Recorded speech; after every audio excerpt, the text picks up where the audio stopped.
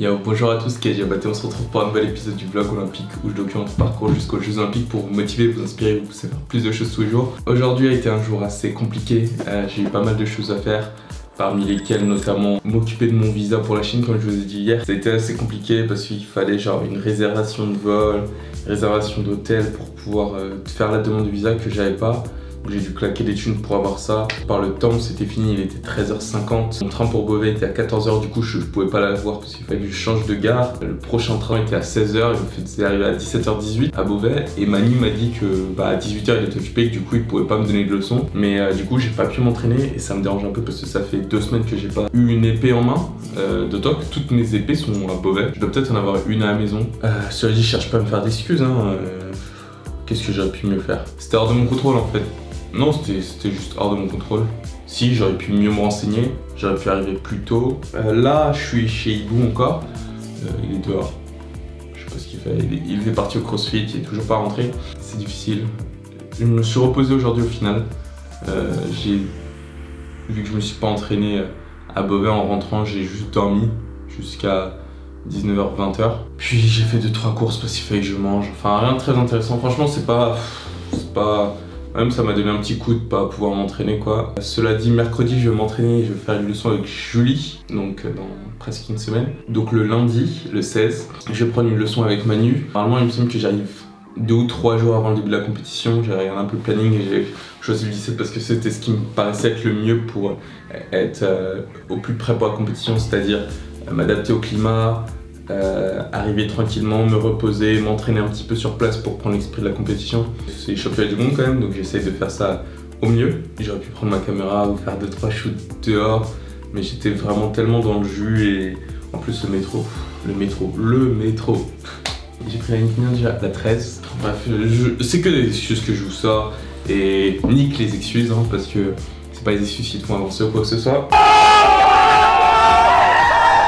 Cela dit, malgré ce qui s'est passé, malgré que tout soit pas allé selon le plan, on continue l'entraînement, on continue les abdos, on continue les étirements. Pour ceux qui sont vraiment pas familiers avec le milieu de l'escrime, la raison pour laquelle en fait je fais pas de séance d'assaut comme je pouvais le faire au début du mois de juin avec Alexandre par exemple à Bordeaux, c'est juste qu'en fait à cette période de l'année, entre mi-juin jusqu'à presque septembre, tous les clubs d'escrime sont fermés parce qu'en France c'est les grandes vacances. Et du coup, depuis un petit moment déjà en fait, les vacances scolaires, je vois ça comme une plaie parce qu'en fait c'est un moment de l'année où je peux pas m'entraîner à l'escrime et bien que Manu la dernière fois, quand j'étais passé au club, il m'avait dit qu'il fallait que je me repose et que je me mette un programme avec des phases de récupération et tout au cours de l'année. J'ai vraiment du mal à juste pas faire l'escrime parce que j'aime faire ça. Même s'il m'a dit que les gars à l'INSEP, genre Yannick Borel, tout ça, des fois ils vont pas, de septembre à octobre, novembre, décembre, ils vont pas avoir d'épée dans la main. D'accord, mais j'aime juste faire l'escrime en fait. Il faut que je réussisse à trouver l'équilibre entre faire ce que j'aime et un entraînement efficace. Cela dit, je veux bien que vous me donniez votre avis sur le format de cet épisode. C'est assez nouveau de faire un épisode où je suis juste là, à part la caméra en fixe. Je peux ajouter 2-3 effets, genre zoom, dézoom, si vous voulez, mais je sais pas. Ça va être un long parcours, c'est que le début. On fait que commencer. C'est même pas en fait le début, on n'est même pas sur le starting block encore, pour aborder un petit peu des sujets autres. En ce qui concerne l'année prochaine, du coup j'ai raté mon année scolaire. C'est pas un problème parce que du coup je vais avoir 4 matières à rattraper pour le semestre 2 de mon année d'université. Ce qui veut dire qu'en fait je vais avoir genre une grosse partie de l'année. Je fais tout par correspondance, c'est-à-dire à distance, j'ai pas besoin d'aller à l'université. En gros jusqu'à mai, je vais rien avoir. J'aurai pas besoin de rendre de devoirs ou quoi que ce soit, je devrais juste travailler un petit peu pour payer les compétitions, etc. Faire les vidéos bien entendu. Mais je vais pouvoir être vraiment assez focus sur ce que je dois faire. Je suis pressé de voir ce que ça va donner parce qu'il faut savoir que la phase de qualification pour les Jeux Olympiques va commencer en mai 2019, normalement. D'habitude, traditionnellement, ça commence avec le Challenge Réseau SNCF en mai à Paris. Et ensuite, on aura le championnat d'Afrique. Le truc, c'est que le championnat d'Afrique, vu qu'il n'y a pas les Européens, les Asiatiques et les Américains, le niveau global de la compétition est beaucoup moins élevé. C'est là où il y a le plus de points à récupérer. Pour se qualifier aux Jeux Olympiques, il faut être le premier Africain au classement international. Et donc gagner les championnats d'Afrique, c'est vraiment s'assurer une bonne avance en fait pour se qualifier aux Jeux Olympiques. Il faut savoir que le premier sur un Grand Prix ou sur le championnat d'Afrique prend 48 points, le deuxième prend 40 points. Donc déjà rien que premier, deuxième, il y a tu as 8 points d'écart. Le troisième prend 30 points et quand tu fais tableau de 8, tu prends que 21 points, tu vois. Donc vraiment entre faire tableau de 8 et premier, tu as déjà énormément de points de différence. Et ensuite, pour que quelqu'un cherche un tableau de 8 sur une compétition internationale, il y a vraiment une poussée supplémentaire à faire que peu de gens sur le continent africain sont capables de faire. Je pense que Sam est capable de le faire, je pense qu'Alexandre est capable de le faire, je pense que Maxime Cadet est capable de le faire.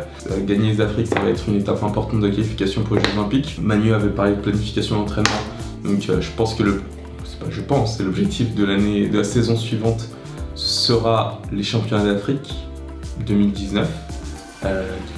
C'est pas qu'il va falloir gagner, mais l'objectif ça va être de les gagner. Donc ça va être le gros objectif de la saison. On va se mettre plein d'échelons tout au tas de l'année. Ce que Manu m'avait dit, c'est que au lieu de à chaque fois me fixer de faire le tableau de 64 en Coupe du Monde, comme on est 300 sur une compétition de Coupe du Monde, ce qui se passe, c'est qu'en fait la compétition est divisée en 2 jours. Tu as le top 64 le deuxième jour et une grosse compétition avec 300 personnes le premier jour où tu dois elle doit être 48 premiers pour te qualifier le deuxième jour. Pour résumer, le deuxième jour, qualifié d'office, tu as les 16 premiers au classement international qui sont directement qualifiés pour le deuxième jour. Les 16 premiers après le premier tour de poule qualifiés d'office pour le deuxième jour, c'est-à-dire gagner tous ces matchs de poule. Et ensuite, c'est seulement le top 32 des 316 personnes restantes qui se qualifient pour le deuxième jour. Donc c'est vraiment la guerre. Et tu gagnes des points pour le classement international que à partir du moment où tu es dans le deuxième jour. De 64 à 33, tu fais 2 points, 32 à 17, tu fais 4 points. Enfin voilà, c'est vraiment, pour gagner des points, c'est la guerre un petit peu. L'objectif que je me fixe traditionnellement, c'est rentrer dans ce top 64 parce que c'est l'objectif minimum pour pouvoir dire que je fais une compétition un petit peu satisfaisante. Le truc, c'est que se fixer un objectif qui est toujours le même, tu peux pas avoir de progression en fait. Et maintenant que j'y réfléchis, ça fait du sens, ça entraîne de la frustration de ne pas atteindre ses objectifs et tout simplement tu as l'impression de stagner. Du coup on va travailler sur des objectifs différents à chaque compétition de façon à ce que je puisse sentir une progression tout au long de l'année et me mettre en confiance pour les championnats d'Afrique, les aborder en pleine sérénité et pouvoir avoir mon meilleur niveau de performance à cette partie de l'année. Ça change, hein. Je suis super excité de voir comment on va travailler ça avec Manu. Le vainqueur du commentaire du jour est... Merci à toi d'avoir commenté et de me donner de la force sur les vidéos. Si vous voulez que votre commentaire apparaisse dans la prochaine vidéo, n'hésitez pas à commenter en dessous, genre là, tout de suite, en dessous. Et pour continuer à suivre mes aventures sur la route des Jeux Olympiques, n'oubliez pas de vous abonner, d'activer la petite cloche là, ici, genre en dessous de l'écran. Normalement, tu as une petite cloche qui est là. Je peux pas faire sortir ma main de l'écran pour te montrer. Genre juste là, tu as une petite cloche en fait, tu cliques dessus et chaque fois que je vais sortir une nouvelle vidéo, tu vas recevoir une notification sur ton téléphone pour te dire qu'elle est la sortie de ma vidéo. Au moment où vous verrez cette vidéo, normalement je serai déjà en Chine. Les championnats du monde seront déjà finis. En tout cas, n'oubliez pas que vos limites d'aujourd'hui sont faites pour être dépassées demain. On va coacher comme ça chaque nouveau jour sur la route des Jeux Olympiques. Boum!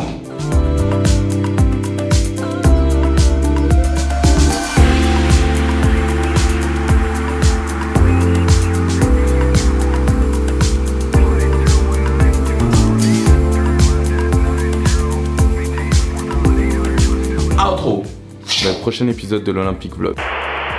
Bon, écoutez, on est enfin rentré à la maison. Ciao, prenez soin de vous, je vous adore et continuez à dépasser vos limites. Boum!